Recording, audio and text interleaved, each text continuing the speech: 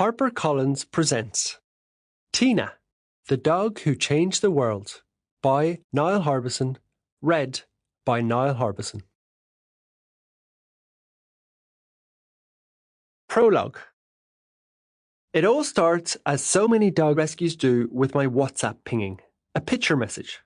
I don't recognise the number it's been sent from. It's not from a friend or a member of family back home, so I can be pretty sure that the image I've received will be of a dog, and it's probably not going to be a cute awe kind of one.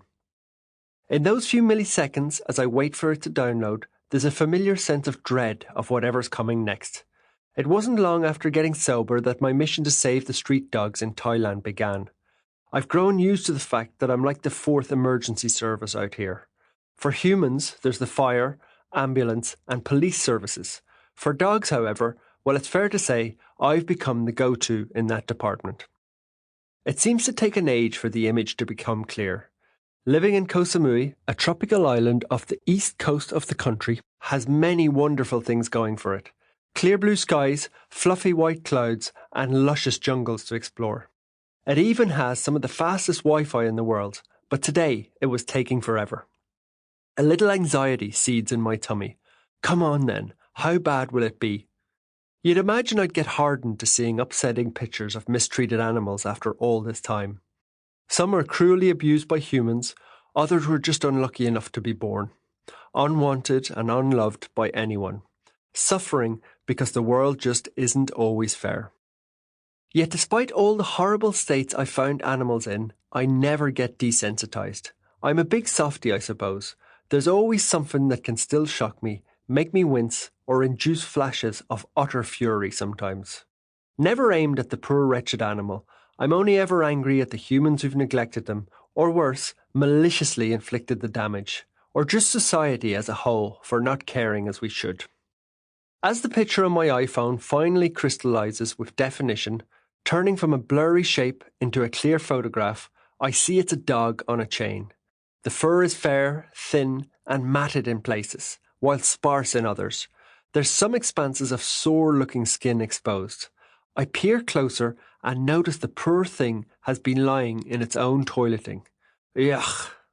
But the dog's face is long and noble somehow, and poking out from the fur, obscuring the poor thing's vision, are the most vulnerable-looking dark eyes I've ever seen. The expression is of complete dejection, one of the saddest-looking animals I've ever seen. I groan audibly and put my head in my hands briefly. It is impossible to tell the breed of the mutt from the picture, and let's be honest, the breeds in Thailand are way more loosely based on the intended breed. Most of the dogs out here in Koh Samui are a mix of all sorts, as they've haphazardly mated on the street and multiplied and multiplied and multiplied. All sorts of doggy DNA exists, born by accident and not design. And in my opinion, they're just as beautiful as any pooch who might be showcased at glamorous dog shows like Crufts in the UK or the National Dog Show in the US. And their life is every bit as valuable. I just wish there weren't quite so many of them. I read the rest of the text that follows the picture. This particular poor mite has been spotted by a tourist in the mountains earlier that morning. That part of the island isn't one I'm so familiar with. I have to admit, I still don't know every corner of Koh Samui. The fact that for the first couple of years of living in this paradise I was mostly steaming drunk definitely didn't help me in that regard. I rub my eyes again. God, I'm knackered. I want my dinner, I want a shower, and I want to curl up on the sofa with my own dog Snoop. But this is one of those moments where you just know you have to drop everything. Just go, Niall. I know in every bone of my body that here is a dog in dire need. He or she simply could not spend another night in that miserable, dirty state. Whoever it belongs to, and however it got there, I need to go and help it, immediately.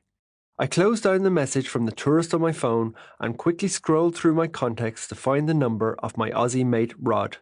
When a dog rescue seems like it might be a complex one, Rod is the guy I call, and he picks up after 3 rings. Rod, I announce, cutting short any pleasantries. I need your help, my friend. There's another dog that needs us right now, and I've a feeling this one won't be easy. Chapter Sample complete. Ready to continue?